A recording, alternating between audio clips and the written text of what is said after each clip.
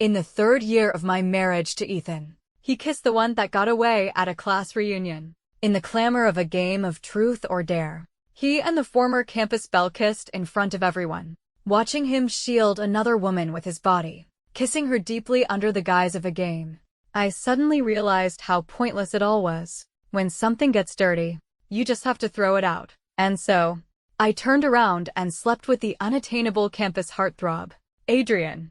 In the 3rd year of my marriage to Ethan, I accompanied him to his class reunion. It was held at the private kitchen they always frequented in college. And there I met Fiona. She was exactly as the rumors described her, delicate and pretty, with an air of artistic aloofness. She was skilled at creating an atmosphere. Apparently, this was how her ambiguous relationship with Ethan had started back then. She and I sat on either side of Ethan. When it was Fiona's turn in the game, the dare was to kiss a member of the opposite sex. As the others jokingly pushed a male classmate towards her, Ethan suddenly stood up. His shadow fell over me, and the familiar silver Patek Philippe flashed in my peripheral vision. I knew it well. I'd saved up half a year's salary to buy it for him from a boutique for his birthday last year. Ethan stood in front of Fiona and, under the guise of the game, lowered his head and kissed her on the lips. My knuckles dug into my palm, a dull ache tightening my throat as the room erupted in cheers. Amid the noisy chaos, I saw Ethan cup Fiona's face with his hand, the crowd's gazes burning into his back. I lowered my head and took a sip of wine. The cold liquid mixed with a sour tang in my mouth, bitter and sharp. The alcohol burned in my stomach. When I raised my hand, something cool slid down my skin. I stared at the droplet on the back of my hand for 2 seconds before realizing it was a tear. I shot to my feet, the wooden chair legs scraping jarringly against the tiled floor. Amid a sea of stunned faces, I pushed through the crowd and ran, desperate to escape that suffocating place. A searing pain shot through my fingertips. I gasped and looked down in my panicked rush to escape. I slammed my own fingers in the heavy door jamb. The classmates instantly swarmed around me, some shouting for ice, creating a chaotic mess. My fingertips throbbed, my vision blurred, and their voices sounded distant and muffled, as if through a thick fog. Ethan burst through the crowd and ran towards me, nearly tripping over a fallen chair in his haste. Chloe. Ethan wanted to touch my hand but didn't dare. He turned frantically and told someone to call for an ambulance. I turned my head and, through a gap in the crowd, I saw Fiona. She was still sitting right where she was, gently swirling the wine in her glass. The moment our eyes met, she raised her glass to me, a faint smile playing on her lips. For some reason, I started to laugh.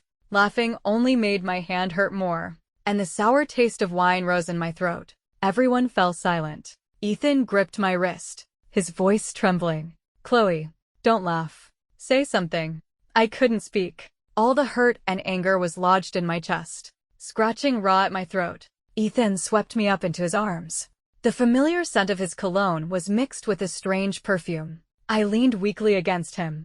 His heart was pounding, heavy and fast, but the hand supporting mine was trembling slightly, as if he was genuinely panicked. Amid the chaotic murmurs of concern, I asked in a very soft voice, "Why did you kiss her?" Ethan's steps faltered for a second. He didn't answer.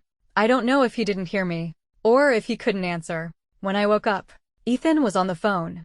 "It's nothing serious." The checkup confirmed it's just a superficial wound. He had taken off his black suit jacket and was wearing only a crisp white shirt, his tall, lean frame looking particularly ascetic. The bloodstain I had smeared on his cuff had dried to a stark, dark red. He hadn't changed, as if he had been sitting by my bedside the whole time. I smelled a faint, sweet fruity scent. I turned my head and saw an exquisite fruit basket on the nightstand. Ethan spoke softly into the phone. "Don't blame yourself too much. The doctor said it's really not serious." I suddenly understood who was on the other end of the line. Ethan hung up and saw that I was awake. His tense expression finally relaxed. He walked over quickly. "You're awake. Does your hand still hurt?" I didn't say anything, just stared at the fruit basket. "That's Fiona just brought it by." Ethan's voice was hesitant. "Chloe, about that game earlier. Throw it out." I interrupted, meeting his gaze with a faint smile. "Throw that fruit basket out." Ethan's jaw tightened. He was silent for a moment before picking up the basket and walking to the door, placing it next to the trash can in the hallway. Outside, the city was sinking into twilight, the neon lights just beginning to glow.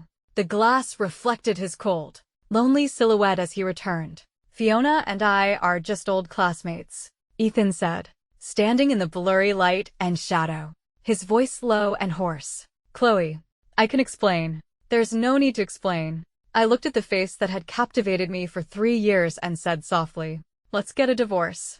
The streetlights outside flickered on, casting a silent, pale light into the room.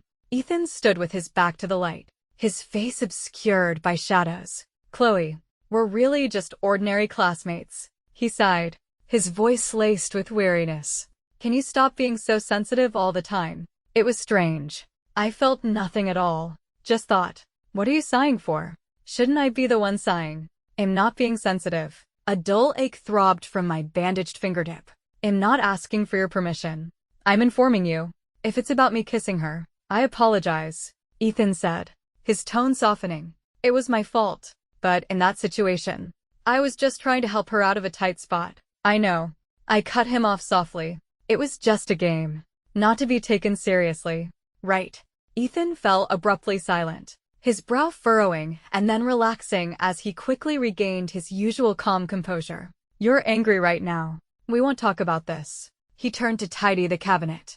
"Once your hand is better, we'll go on a trip.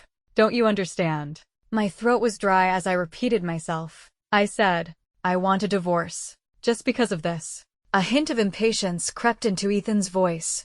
"Why are you so irrational whenever she's mentioned?" A wave of emotion hurt. Absurdity. Anger surged up, choking me. I was used to scenes like this. What else? I looked at him. My husband publicly kissed someone else, and am supposed to not be sensitive. I deliberately emphasized the word someone else. "If we don't divorce, should I just stick around for the next time you need to help someone out?" Ethan looked at me in silence for a few seconds before finally saying flatly, "Just focus on getting better for now." I spent the week at home recovering and didn't ask much about the company. Once my finger was better, I took the divorce papers to Ethan for his signature. I never expected that in just 7 days, Fiona would be sitting at the secretary's desk outside his office. I froze, a chill spreading from the pit of my stomach. I thought I had made my boundaries clear. It seemed I had overestimated myself, and it was laughable. "Chloe." Fiona stood up from her desk, her smile full of concern. "You don't look well.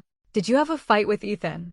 I had no intention of getting entangled with her and started to walk past. "Chloe," she called out to me, her voice soft but clear. "Don't be so childish. Ethan's been swamped with the second round of IPO financing. You shouldn't be causing trouble and distracting him right now." Everything she said implied I was being immature. I stopped and looked at her coolly.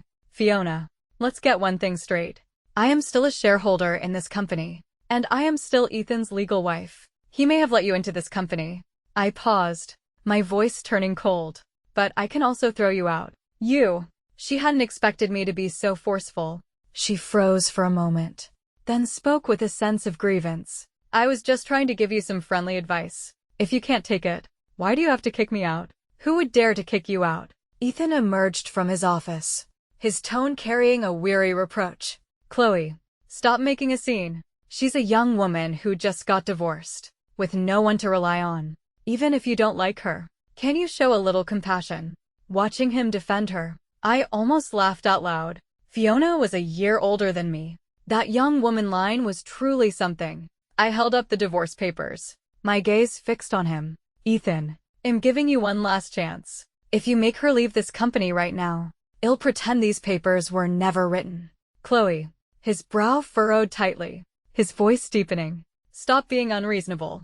I flinched, a sense of disorientation washing over me. The man in the hospital a week ago, with red-rimmed eyes, swearing that he and Fiona were just old classmates, was now standing here, completely defending her. "Chloe, have you misunderstood my relationship with Ethan?" Fiona chimed in at the perfect moment, her eyes welling up as she looked pitifully at Ethan. "We're really just college classmates." Her voice grew quieter, choked with sobs. "I've heard that you're a rich girl, Chloe, spoiled since you were little. So it's normal for you to be a bit blunt. Unlike me, I've had a hard life. I had to work my way through school. And now my marriage has failed and I have nowhere to go. Please don't fight because of me. If you really can't stand having me here, I'll just leave. The more she spoke, the more aggrieved she sounded. Her words earnest and pitiful, painting me as the aggressor who had ruined her happiness. Chloe. His accusatory tone made it seem as though I had committed some unforgivable crime. I forced a smile, not bothering to look at them again, and walked straight out, leaving the office building. The afternoon sun stung my eyes. My vision had blurred at some point. I took out my phone and dialed the number I knew by heart. The call was answered almost instantly. My best friend Maya's playful scolding came through. Sweetie, you finally remembered you have a best friend. Tell me, how long has it been since you called? Almost half a month. I fought back the lump in my throat and the tears, trying to keep my voice steady. Maya, I'm getting a divorce. Can I come stay with you? What? I heard a loud bang on the other end, like she had slammed her hand on a table. Did that bastard Ethan bully you? You just wait. I'm buying a ticket right now to fly over and beat him to a pulp. There's no need. I interrupted softly, though tears were now streaming down my face. It's over between us. I just have some work to wrap up here. All these years, she was the only friend I could pour my heart out to. I had planned to go to her city right after the divorce anyway, to clear my head. Over the years, I had poured my heart and soul into Ethan's company, working myself to the bone without a moment's rest. I never imagined that all my efforts would be rewarded not with his loyalty, but with a broken heart and failing health. On the other end, Maya was silent for a moment, then let out a soft sigh. So, when are you planning to come back to City B? In a month or so, I replied in a low voice. After hanging up, I couldn't help but look back at the familiar office building, a bitter smile on my lips. Ethan, since you care so much about your Fiona, you can spend the rest of your life with her.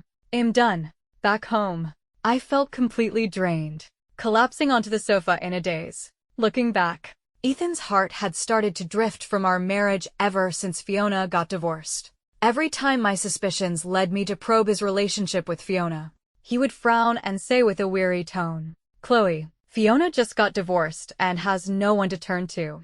I'm just looking out for her as a friend. Now I realize how foolish and naive I was to believe him time and time again. Until one night he came home drunk, collapsed on the sofa, and unconsciously kept muttering Fiona's name over and over. Later, I went out of my way to contact one of his old college friends and asked about them indirectly. The friend sighed. Chloe, some things you're better off not knowing. Only after I insisted did he confess. Fiona and Ethan, they were more than just close back then. They almost got together. If Fiona's father hadn't disapproved of Ethan's family background and found a rich man for her, they wouldn't have broken up. When Ethan got with you later, we all said it was partly out of spite. After all, you were a great catch and could definitely help him. But we all advised him that since he chose you, he should treat you well. We've all seen how much you've done for him. A sharp knock suddenly broke the silence. The food delivery had arrived. I snapped back to reality, realizing the sky outside had long since grown dark. Dinner was tasteless. It's okay. The divorce cooling-off period is only a month. After that, I started to pack my things, little by little, clearing out a portion each day. Since I had decided on a divorce, I needed to make a clean break. I couldn't leave anything behind to be an eyesore for someone else. I had just woken up when I received a message from Fiona. I don't even remember adding her. It was a photo of a candlelit dinner for two, with the caption, "He said he wants to spend every night with me from now on." In the center of the photo, two champagne glasses clinked together, and the Patek Philippe on his wrist was particularly glaring. I had bought it for him for his birthday last year, scrimping and saving to afford it. He had held me tight then, his voice solemn and gentle. Chloe, I will never let you down. The words still echoed in my ears. He used to be so good to me. Even if I had a small cold, he would be incredibly anxious, taking my temperature and feeding me medicine. Our friends used to joke that he was the perfect husband. Now, it all felt like a cruel joke. No one knew that beneath all that affection was just his second choice. I let out a long breath and forwarded the screenshot from Fiona directly to my lawyer. That night, Ethan didn't come home again. The next day, I slept until noon. After slowly getting ready, I went to the office in the afternoon to handle my resignation. Once the company was on track, I had gradually stepped back, handling only the finances. As soon as I entered the office, several colleagues greeted me with congratulatory smiles. I was confused. Sarah, a good friend from the finance department, pulled me into her office and whispered excitedly, "All right, spill it. Is there a new surprise with you and Mr. Hunt? Are you moving on to the next stage of life?" What? I was completely lost. She was a company veteran, with us since the beginning, so she spoke freely, still playing coy. At this point, with such a big move, who doesn't know you're pregnant? What are you talking about? She paused, instinctively covering her mouth. You really don't know. Is Mr. Hunt trying to surprise you? She hesitated, then lowered her voice. A few days ago, a colleague saw Mr. Hunt looking at a new apartment, a top-tier school district one. If it's not because you're pregnant, what else could it be? I suddenly remembered Fiona, a month ago, saying with teary eyes that she had nowhere to live after her divorce and was temporarily staying with a friend. My fingers dug silently into my palm. What's this? She asked, seeing the file in my hand. I'm here to resign, I said quietly. I knew it. She immediately adopted an "I told you so" expression. You're pregnant, aren't you? Stepping back to be a happy wife and mother. Come on, I'll sign it for you right now. I didn't explain, just silently handed over my resignation papers. As she signed, she was still marveling. Mr. Hunt is really something else. A model husband. The moment he found out you were pregnant, he arranged everything so you wouldn't have to worry about a thing and could just stay home and be pampered. Finally, she handed the signed papers back to me with a sincere smile. Chloe, as an old friend, I truly wish you happiness. I took the papers and smiled back. Thanks, Sarah. I will be happy, but my happiness would have nothing to do with Ethan anymore. Sign it. I gently placed the divorce papers in front of Ethan. He glanced at the papers, a cold smirk playing on his lips. Just because of that kiss. The office lights reflected off Ethan's face, his eyes scrutinizing me. Chloe, how long are you going to keep this up? I pushed the papers closer. Let's get a divorce. He leaned back in his chair, his gaze fixed on my face. How many times have you brought up divorce now? My fingers tightened slightly. His tone was as calm as if he were stating a fact. The third time. Or the fourth. A faint sigh laced his voice. Don't be impulsive. A relationship of so many years can't just be thrown away. I met his gaze. No one is indispensable. Is that so? A complex smile crossed his lips. He tapped his fingers on the desk twice, then finally picked up the pen. I hope you won't regret this. I won't. I picked up the agreement, just as Fiona walked in with a cup of coffee. Ethan, you must be tired after the morning meeting. Here, have some coffee to wake you up. Her tone was gentle and considerate, just like a doting wife. Ethan looked at me noncommittally, as if trying to read my expression. But I had long lost interest in watching their romantic drama. It was always the same act, and I was truly tired. I turned to leave, but Fiona suddenly grabbed my wrist. Chloe, please don't misunderstand, she said, biting her lip, her eyes turning red on cue. Ethan and I are really just ordinary classmates. I just got divorced. I can't find a job. I have nowhere to live. Ethan just took pity on me and let me stay temporarily. Please don't always fight with him over small things like this. He's been running around helping me find a place, working late, and he just got over a cold. I yanked my hand back and couldn't help but laugh coldly. Ordinary classmates. What a joke. Would an ordinary classmate make him abandon his wife and stay up all night helping you find an apartment? Does an ordinary classmate need him to personally arrange for you to be his personal secretary? Coming and going together. Would he unhesitatingly kiss an ordinary classmate in public during a game? Fiona, your definition of ordinary is anything but. A tear rolled down Fiona's cheek. With the precision of a calculated drop, the large office was suddenly filled with her soft, low sobs. I suddenly felt utterly exhausted. Getting entangled with people like this, in situations like this, was pointless. I just wanted to get the divorce finalized and leave this city, to go back to the life I was supposed to have. After a nap at home, I woke up to a completely dark sky outside. I opened my phone, and a message from Fiona popped up to carefully selected photos. One was a side profile of Ethan serving her food under the lights, with the caption, "No matter how busy, you have to eat well." The other was of their hands, seemingly casually overlapping on a dining table, against the soft lighting of a high-end restaurant, with a shyly boastful caption. He said this place is hard to book, but he had to bring me to try it. Almost simultaneously, a message from Ethan popped up, concise and to the point. 8 o'clock. I'll be home for dinner with you. I stared at the screen, a bitter taste in my mouth. How has it come to this? That him making time to have a meal with me feels like some kind of charity. I calmly closed the chat, ordered takeout for myself, and continued packing. It turns out that when disappointment reaches a certain point, you truly don't want to hold on to even a sliver of hope.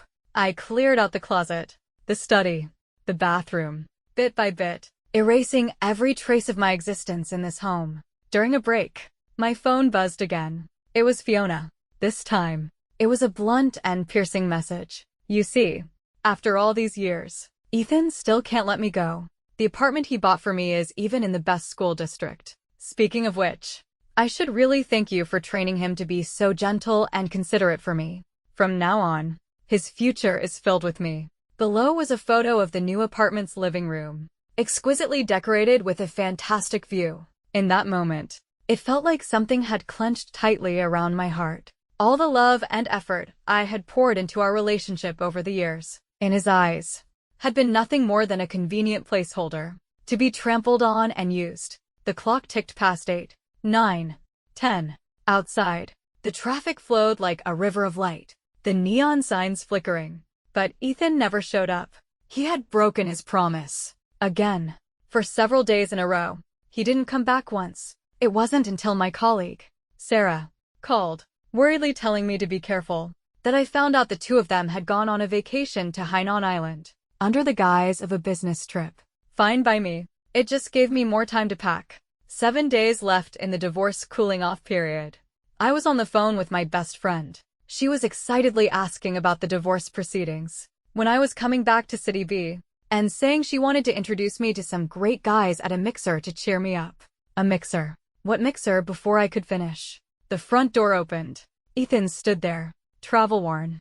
Having clearly heard the last part of my sentence, my heart skipped a beat, and I instinctively hung up. "You're back from your vacation." His eyes flickered, and he avoided my gaze guiltily. "Can you not always be so sarcastic?" Sarcastic. I almost laughed.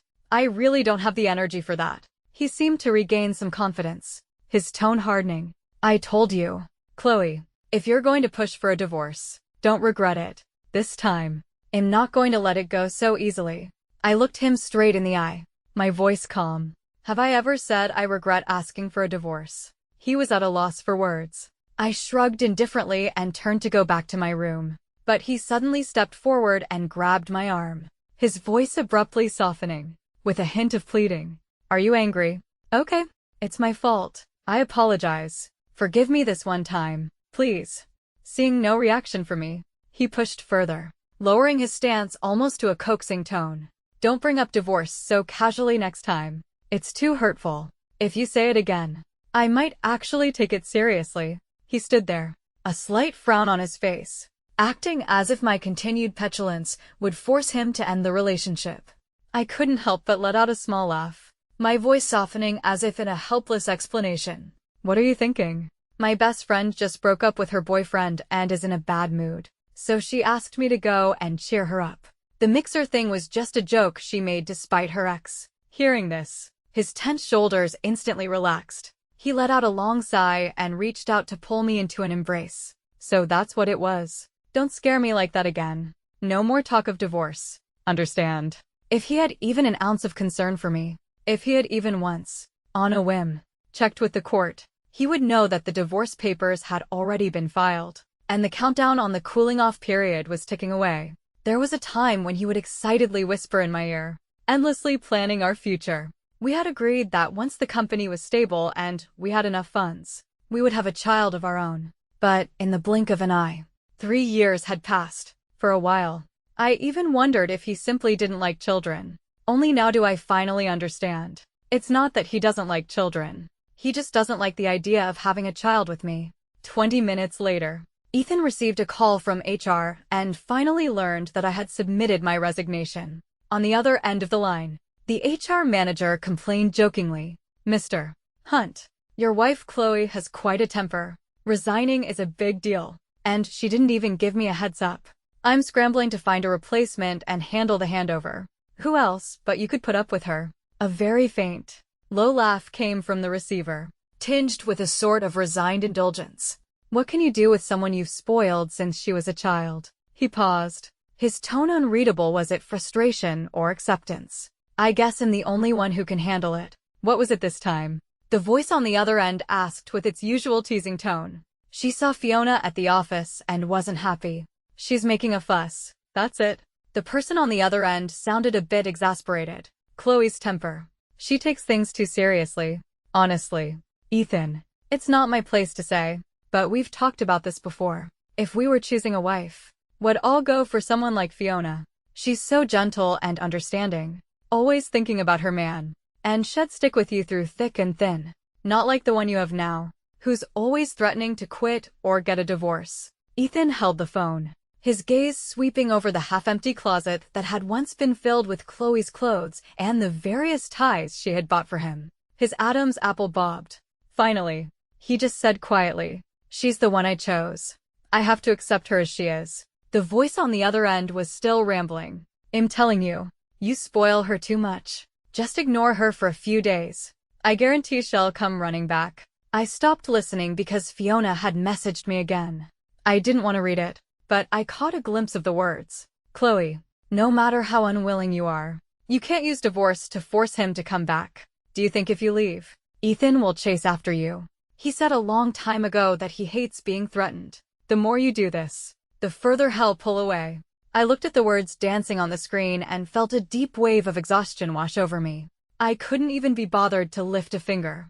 There was a time when words like these would have sent me into an emotional spiral, keeping me up all night. But now, I didn't even have the energy to argue. A heavy weariness washed over me. I buried myself under the covers and fell into a deep, dark sleep.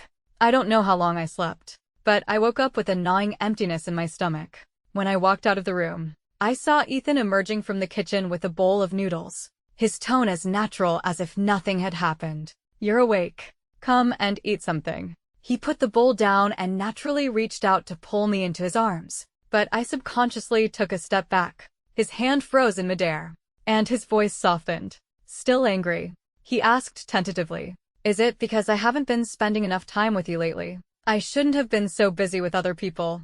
I'll spend more time with you from now on." "Okay. As long as you're not angry, I'll do anything." Hearing this, a faint, mocking expression flickered in my eyes, but I went along with it. "Okay. Our anniversary is in a few days. What are your plans?" It was only while packing today that I looked at a calendar and realized the day I planned to leave was our wedding anniversary. "Of course. I came back specifically to celebrate with you," he said with a laugh, his tone deliberately light. He reached out again cautiously. When I didn't pull away this time, he seemed to relax, wrapping his arms around me and resting his chin on my head. His voice was muffled. "I just feel like you've changed somehow recently. You're overthinking it," I said, looking down and gently pushing him away. "Didn't you say you made noodles? Let's go eat." On the table, the bowl of steaming noodle soup was sprinkled with a layer of finely chopped green onions. If this were the past, he would have remembered that I never eat green onions. I wonder who the one who has truly changed is. "Where did my copy of the Financial Weekly from the study go?" Ethan asked suddenly, turning his head from the end of the hallway. I paused for a moment.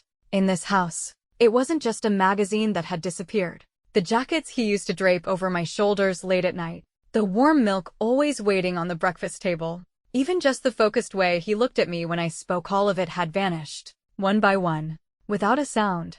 But his attention was no longer on this home. It seemed only natural that he wouldn't notice. "I was cleaning out old papers the other day. It might have been put in the storage room," I said without looking up, my voice flat. "If you need it urgently, you can look for it there." With that, I turned and went back to my room to shower. The sound of the shower stopped.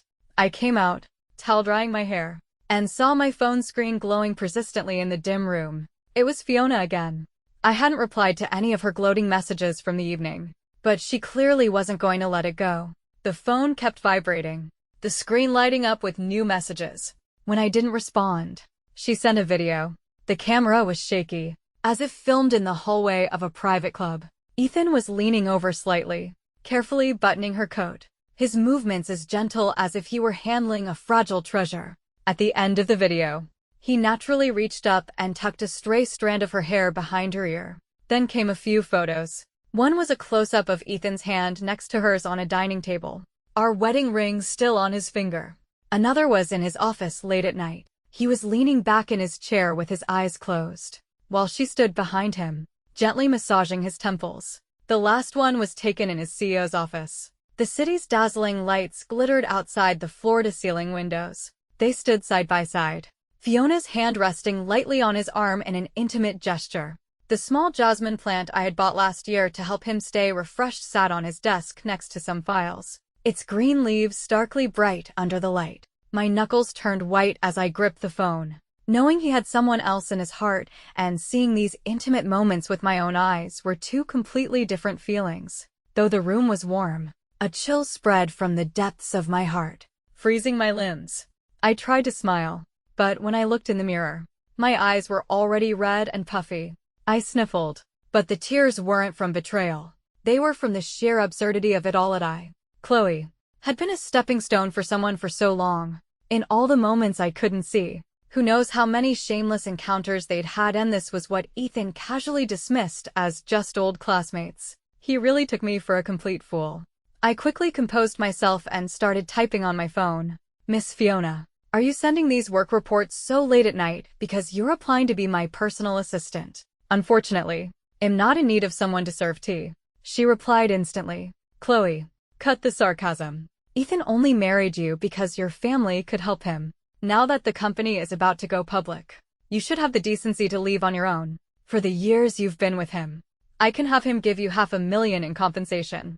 After all, without Ethan, you'll never reach this level of society again.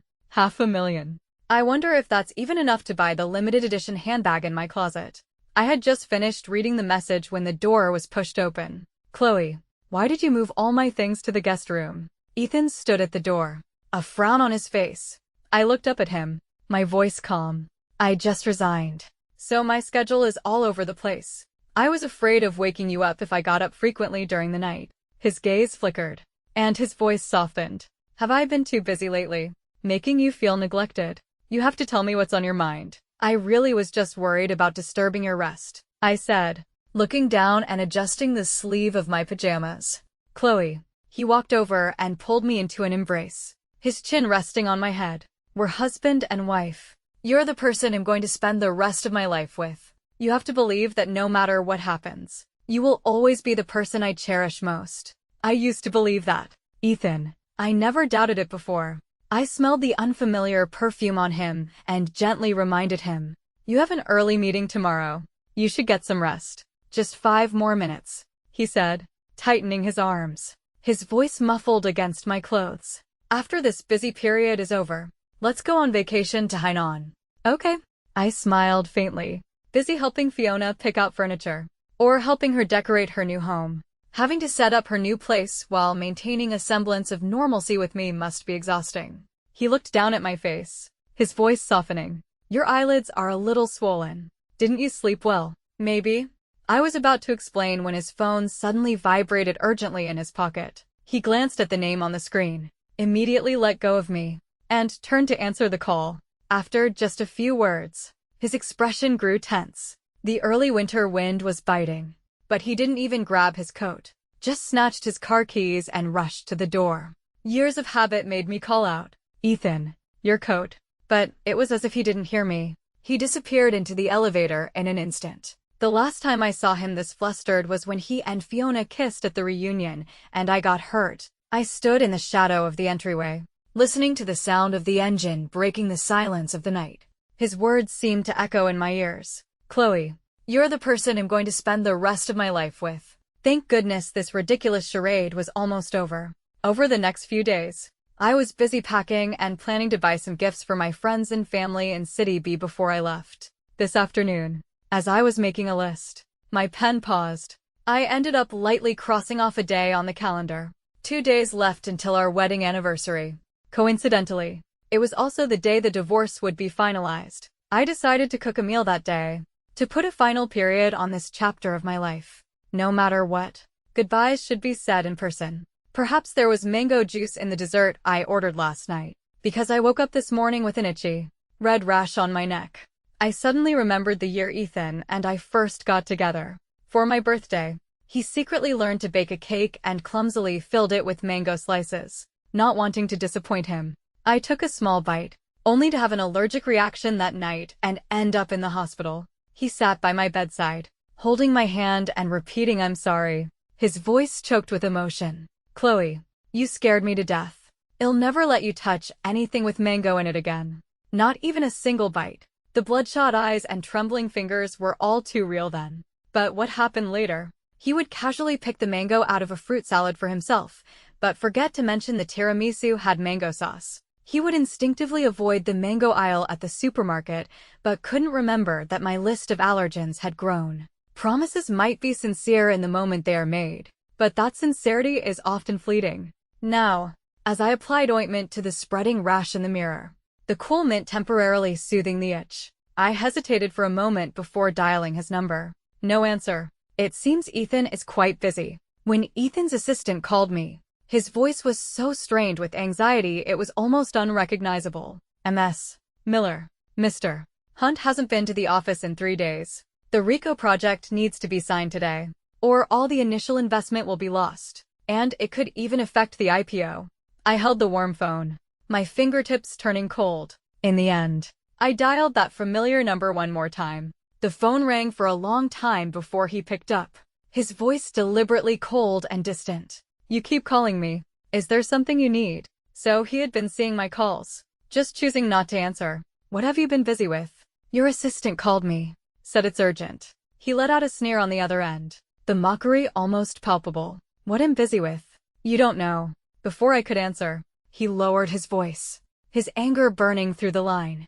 "Why did you send a lawyer to Fiona's neighborhood to cause a scene, publicly declaring that half our marital assets are yours, pointing at her and calling her a homewrecker, and upsetting her mother so much that she had a heart attack and was hospitalized?" "Chloe, I never knew you could be so vicious." The rash on my skin burned, but my heart felt like it was clogged with ice. I took a deep breath. "Fiona told you I did that, and you believed her. She's never lied a day in her life," he declared without hesitation. "I accidentally ate some mango, and I'm having a severe allergic reaction. Can you come back and take me to the hospital?" His impatience practically burst through the phone. "This isn't the first time you've had an allergic reaction. Can't you handle it yourself? Fiona's mother is in the hospital right now, her life hanging in the balance. Can you stop making up excuses to get me to come home? Do you have to be so difficult when she needs me the most?" He was about to hang up.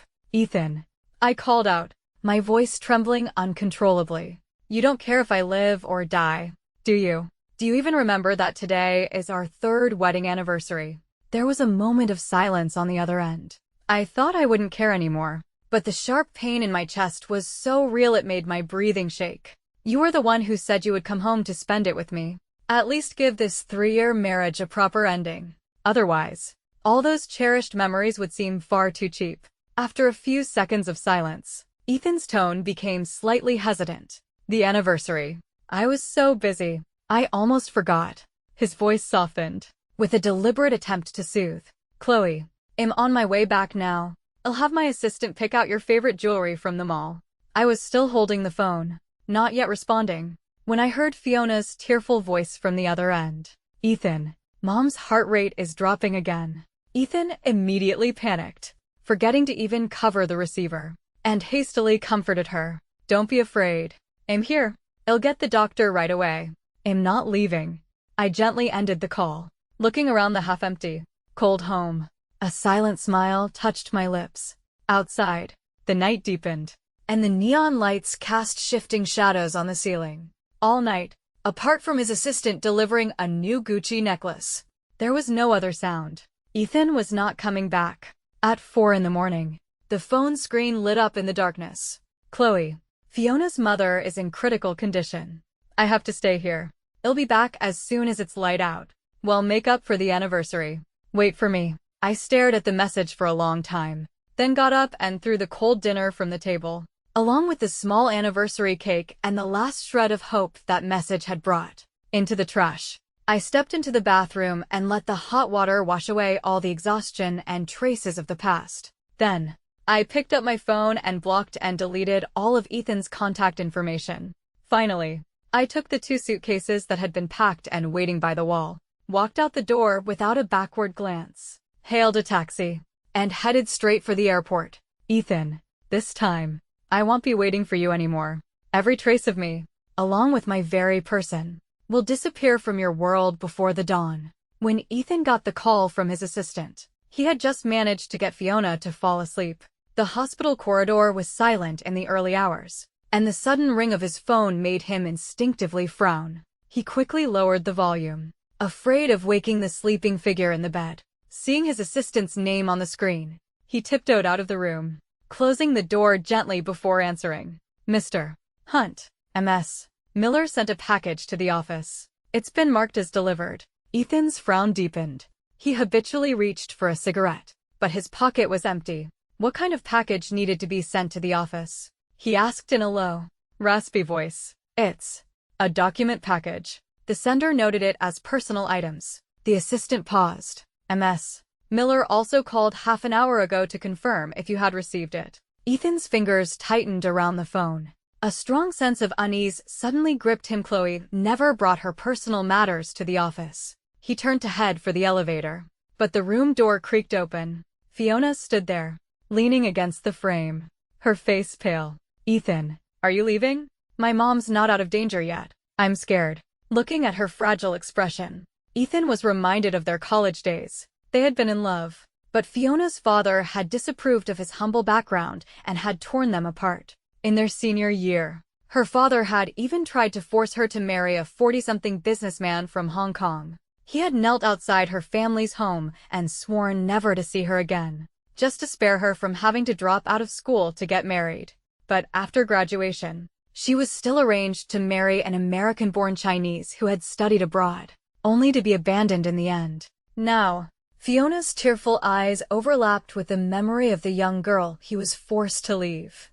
Ethan pulled his hand back from the elevator button and finally said into the phone, "Just leave it in my office for now." Fiona gently tugged on his sleeve. "Is it something about Chloe? It's all my fault for being so useless. She was always so understanding." It broke his heart. In comparison, Chloe's decisiveness seemed so cold and unforgiving. The unease in Ethan's heart was gradually replaced by a familiar sense of protectiveness. Ethan gently wiped the tears from the corner of Fiona's eyes, his voice soft. "Don't put so much pressure on yourself. I'll handle this." "Ethan." Fiona looked up, her eyes glistening. "Does Chloe often put you in difficult situations like this? I remember at the last financing celebration, she left early just because you stayed at the party a little longer. Mr. Zhang, the investor from that night, even asked about it later, wondering if your wife wasn't supportive of your career." Her voice grew even softer. "I can understand Chloe. She comes from a wealthy family, so she might not grasp the hardships of starting a business. But you're at a critical stage right now." Ethan's brow furrowed at the memory of the unpleasant celebration. Seeing this, Fiona continued in a gentle tone. "Yesterday, Director Wang even approached me privately, concerned that your family matters might affect the company's image. With the IPO so close, if the shareholders think you can't even manage your own home." She paused at the right moment, then smiled gracefully. "But I'm sure you can balance everything." "I just couldn't help but say a few words as an old friend." Ethan remained silent. Fiona's words pricked at his heart like tiny needles, each one a reminder that Chloe's willfulness was jeopardizing the business he had worked so hard to build. "I know you're a sentimental person," Fiona said, gently adjusting his tie. "But sometimes being too lenient can end up hurting the other person. If Chloe keeps acting like this, it's your reputation that will suffer in the end." Ethan listened quietly, feeling there was some truth to her words. Ethan rubbed the edge of his phone, his brow deeply furrowed. "I know Chloe's personality best. She responds to softness, not force. If I really push her, that's exactly why you need to handle this carefully." Fiona's voice was as soft as water. You've said she most admires your decisiveness in business.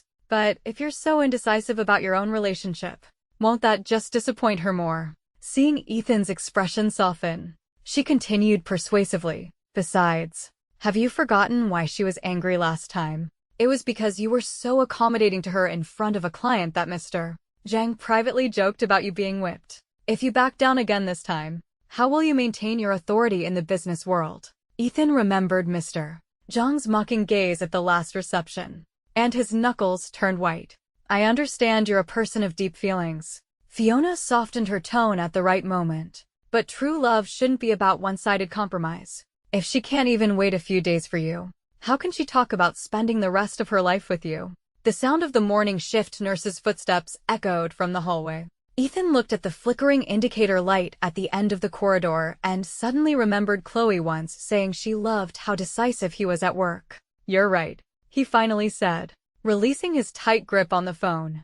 It's time she learned what's truly important. Fiona lowered her eyes, hiding the triumphant glint in them. When I left, I gently placed my wedding ring in the glass bowl in the entryway. I left a note for Ethan. The house and everything in it. Do with them as you please. An early morning flight took me to a southern city, where my best friend Maya runs a design studio.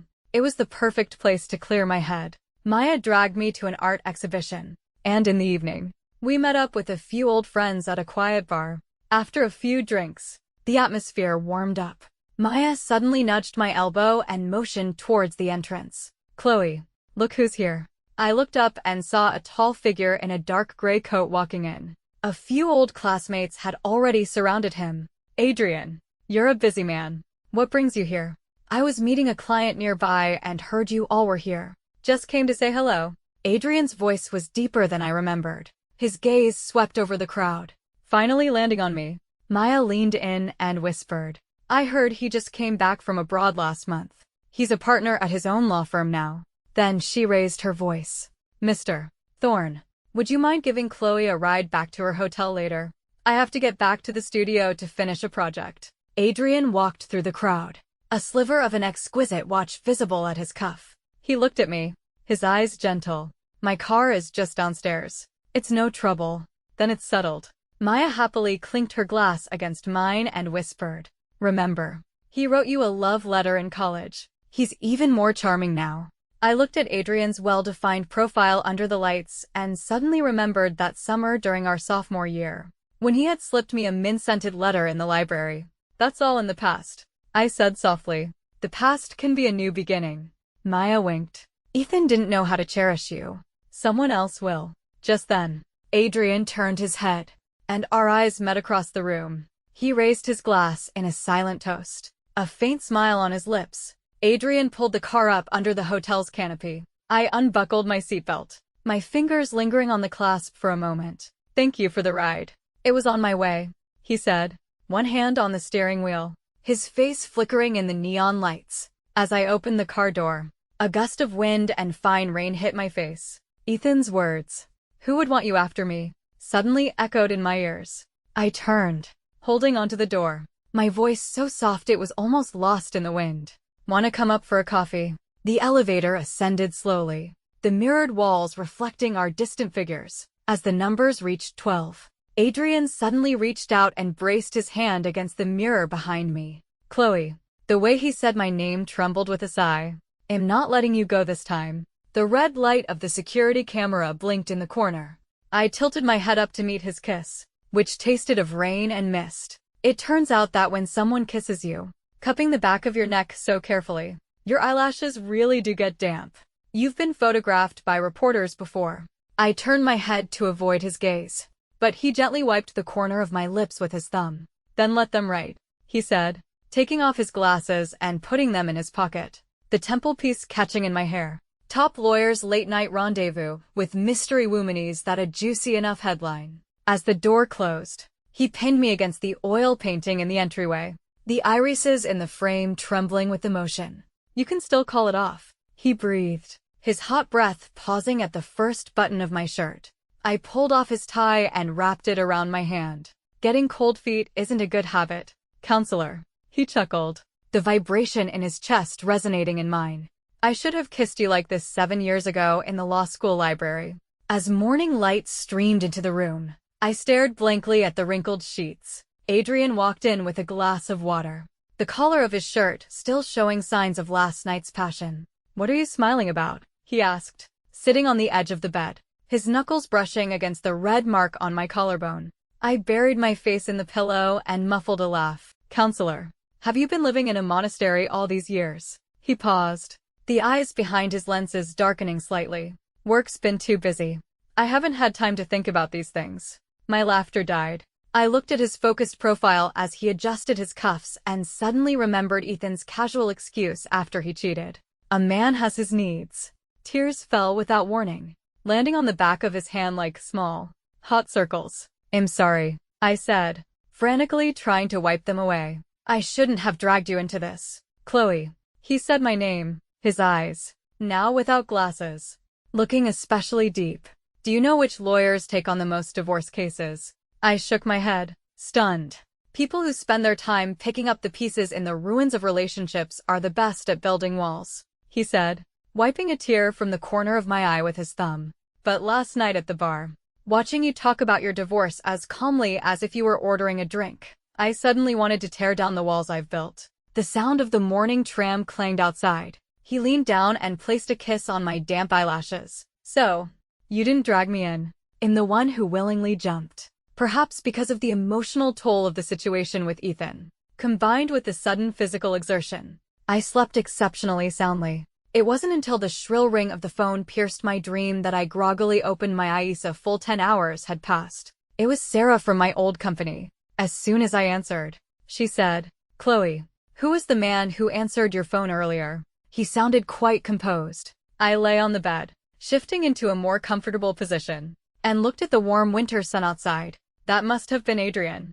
"Adrian?" Sarah paused. "The lawyer who's always in the financial news." "Yes." The sun made me squint. "I'm divorced." She was stunned. "What do you mean?" "Literally what I said," I said, rolling over. "Ethan and I are divorced." As the words left my mouth, I instinctively held the phone away from my ear, but I could still hear Sarah's shocked voice. "What did you say?" "Chloe, did I hear you right?" "Wait, what's going on? Didn't you two just celebrate your wedding anniversary?" Her voice trailed off. Even she, an outsider, could probably see that the marriage had been falling apart for a long time. I walked barefoot to the window and drew the curtains. "No, you heard me right. The divorce is finalized. I've left that place and come back to City B." There was a long silence on the other end of the line. Finally, Sarah asked weakly, "So, Adrian, just a friend?"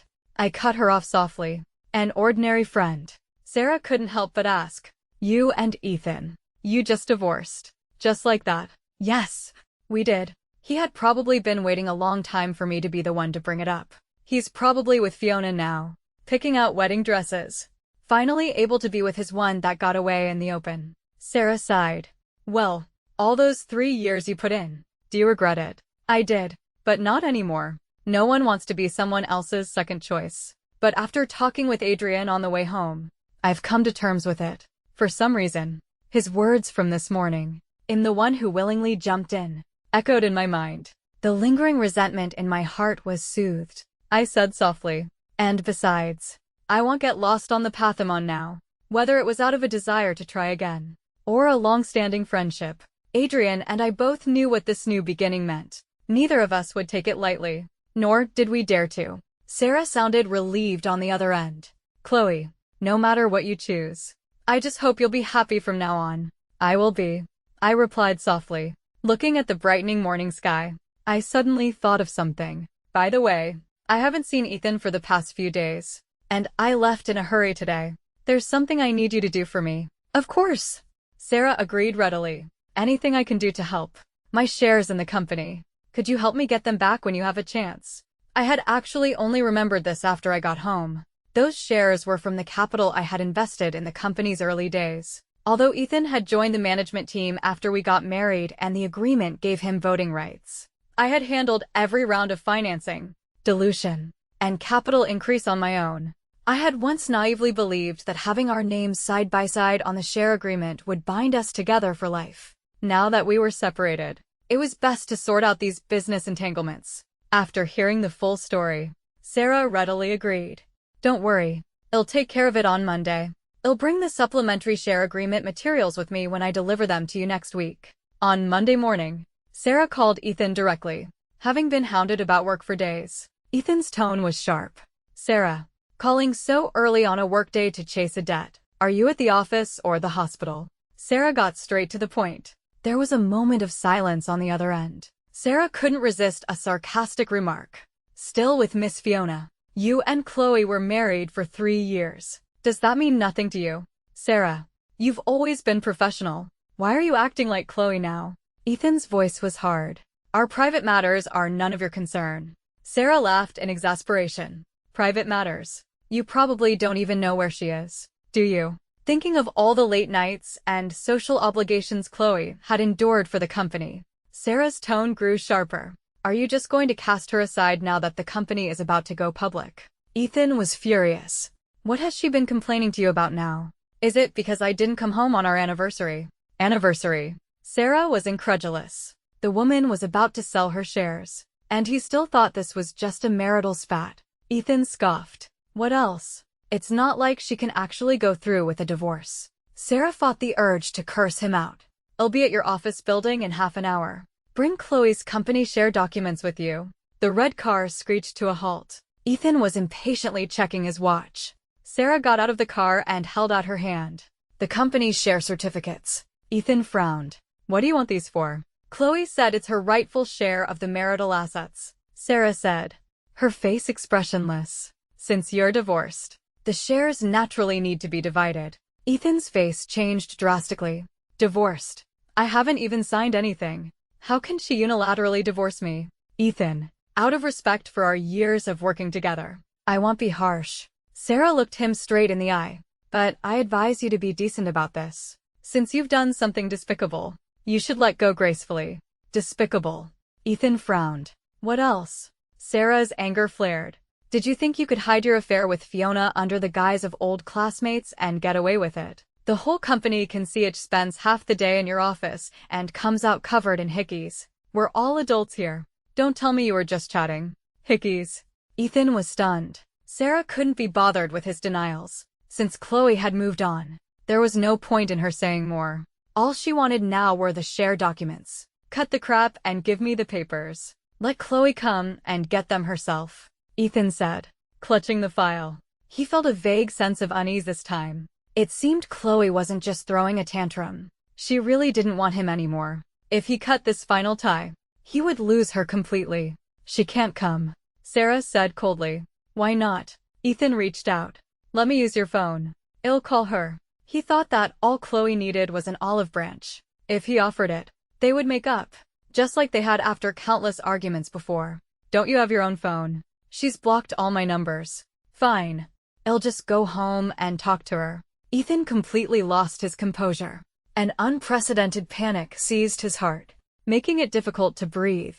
He loosened his tie, his fingertips trembling slightly. Sarah called out after him. Don't waste your time. Chloe's not there. Then where is she? A hotel. Ethan spun around, his eyes bloodshot. Mr. Hunt. Sarah shook her head. How long has it been since you've been home? He didn't even know he was divorced. Yet he still thought Chloe would be waiting for him, just like she always had. Fear shot through his chest like an icicle. Ethan roared uncontrollably. My business is none of your damn business. I have no interest in getting involved, Sarah said, calmly watching his outburst. I'm just reminding you that Chloe's decisiveness now is all your own doing. She was about to get in her car and leave. But Ethan slammed his hand on the window. Where the hell is Chloe? She's not in the home you've been avoiding. That's for sure, Sarah said, shaking his hand off and speeding away. Ethan stood frozen for a few seconds, then suddenly bolted for the elevator like a madman. He forgot his coat and nearly got hit by a car in the parking garage, completely oblivious. He had to confirm that Chloe was still at home. She was just throwing a tantrum, waiting for him to come home and coax her. It had to be that. When he pushed open the door, the unfamiliar emptiness of the entryway made him pause. The shoe cabinet held only his neatly arranged leather shoes, like 2 rows of silent tombstones. The living room's bay window was bare Chloe's favorite wool blanket, the scattered throw pillows, the coffee table that was always half-piled with books. All gone. Sunlight sliced through the blinds, casting sharp patterns on the floor. The air smelled of cleaning solution, like a hotel room that had just been thoroughly sanitized. He stumbled into the bedroom. The closet doors were wide open. His side was full of neatly hung clothes, while her side was so empty you could hear an echo. All the bottles and jars on her vanity were gone, leaving only a solitary ring holder. A silent mockery. The bathroom was even more stark. The towel rack held only a single gray towel. All her skincare products were gone from the glass shelf. Not even a single long hair could be found in the tile grout. This total erasure was more suffocating than any argument. Finally, he found the evidence in the kitchen trasha container of congealed takeout and an unopened cake. When he lifted the lid, the chocolate plaque read, "A clean break. No well wishes. No complaints. Just 3 calm, final words." Fiona's voice came from the doorway. "Ethan, you forgot your phone." He whipped around and saw her standing in the entryway, surveying the room. A flicker of relief she couldn't hide in her eyes. "Chloe, really?" Before she could finish, Ethan suddenly grabbed the cake and hurled it against the wall. Cream splattered onto Fiona's skirt. She screamed and jumped back. Ethan stared at the mess on the wall and finally realized the person who always had a hangover cure ready for him would never return to this completely emptied home. Fiona's fingertips trembled at the sudden commotion. Her nails dug silently into her palm. She would not allow anyone to come between her and Ethan, not even Chloe. But before she could speak, Ethan had already grabbed his car keys and bolted out the door. He sped towards Sarah's apartment, dialing her number repeatedly. After what felt like the 100th call, she finally answered. "Where is Chloe?" Ethan's voice was a raw, suppressed rasp. "I'm downstairs from your place. If you don't tell me, I'll wait here all night." "She's in City B." Sarah's voice was as calm as still water. "Chloe knew you'd find out eventually. But, Ethan, since you failed to be a husband, you should at least learn to be a proper ex-husband." Ethan's eyes reddened. A proper ex-husband? How? Let her go. Let her start her new life in peace.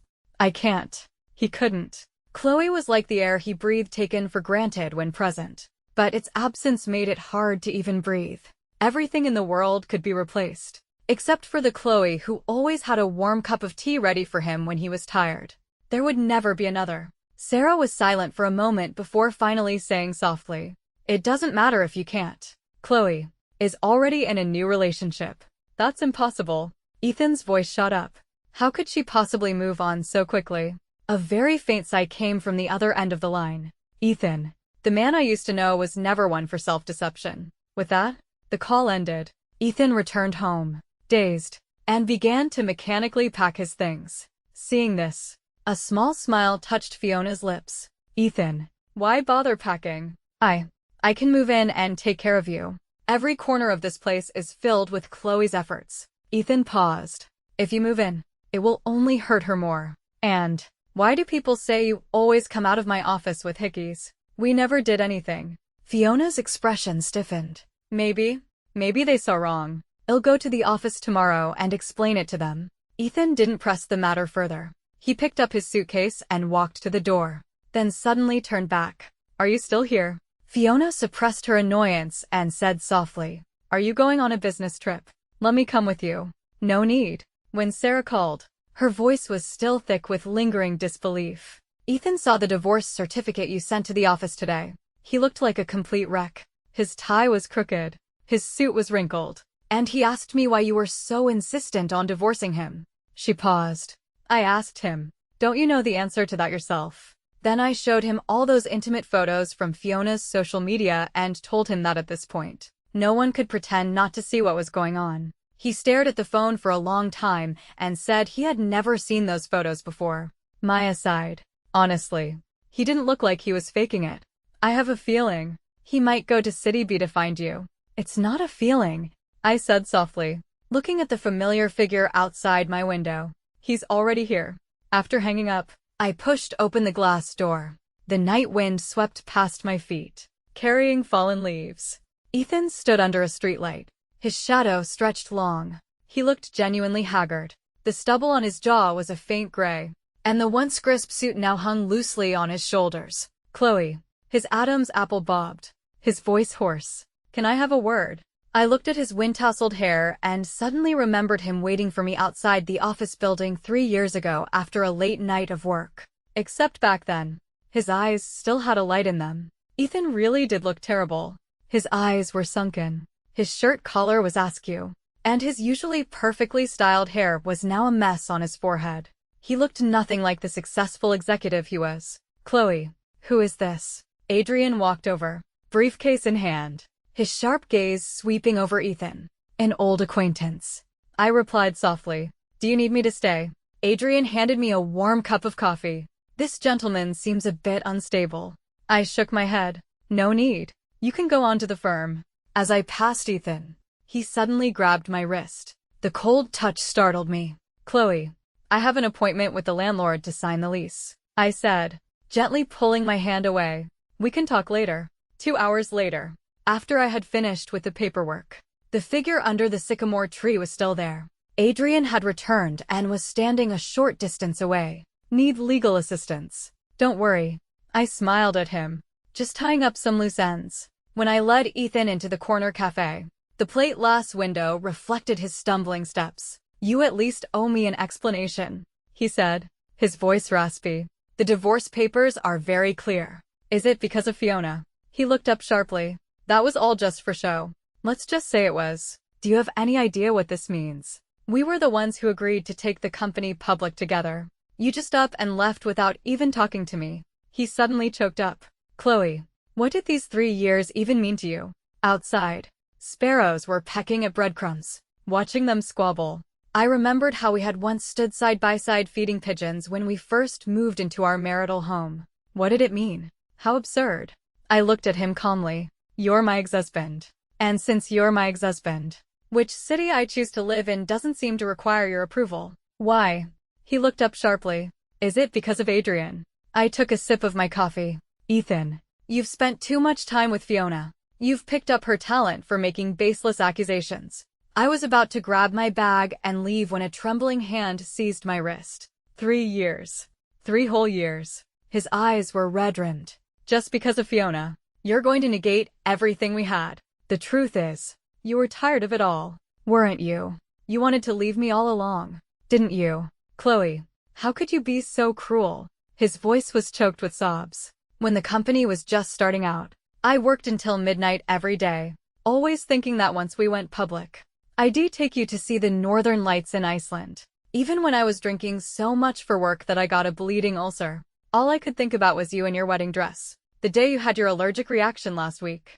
I was actually going to come back. He shook his head with a bitter smile. It was just that Fiona's mother happened to be admitted to the ICU. I looked at the endless stream of headlights outside and remembered the day we got our marriage license. How he had frantically searched for his household registration book. He was sweating bullets then. But now, he couldn't even be bothered about my allergic reaction. Ethan, I said, gently pulling my hand away. Moose goes bad. Promises expire. And a person's heart can die too. The waitress gently placed the latte on the table. The foam art was a perfect heart. I stirred it with a silver spoon. Watching the ripples spread, he opened his mouth to speak. But I had already opened my phone's photo album. A photo grid from Fiona's social media feed scrolled across the screen. A selfie of her wearing a necklace identical to mine. A shot of her from behind sitting at Ethan's desk. And finally, a photo of the two of them signing papers with a real estate agent. So many coincidences. I laughed softly. Even the school district apartment is across from my old alma mater. His face went deathly pale, as if all his confidence had been drained away. This silence was more brutal than any denial. He knew exactly what he was doing. The shared documents, I said, pushing my coffee cup away. Or do you need me to have my lawyer contact your partners? Chloe. His fingers curled into a fist unconsciously. If I told you, don't say you regret it. As I stood up, the belt of my trench coat knocked over the sugar bowl, and sugar cubes scattered across the floor. You can pick up spilled sugar, but you can't fix a broken marriage. Just before the glass door closed, I saw his reflection as he futilely tried to piece broken sugar cubes back together.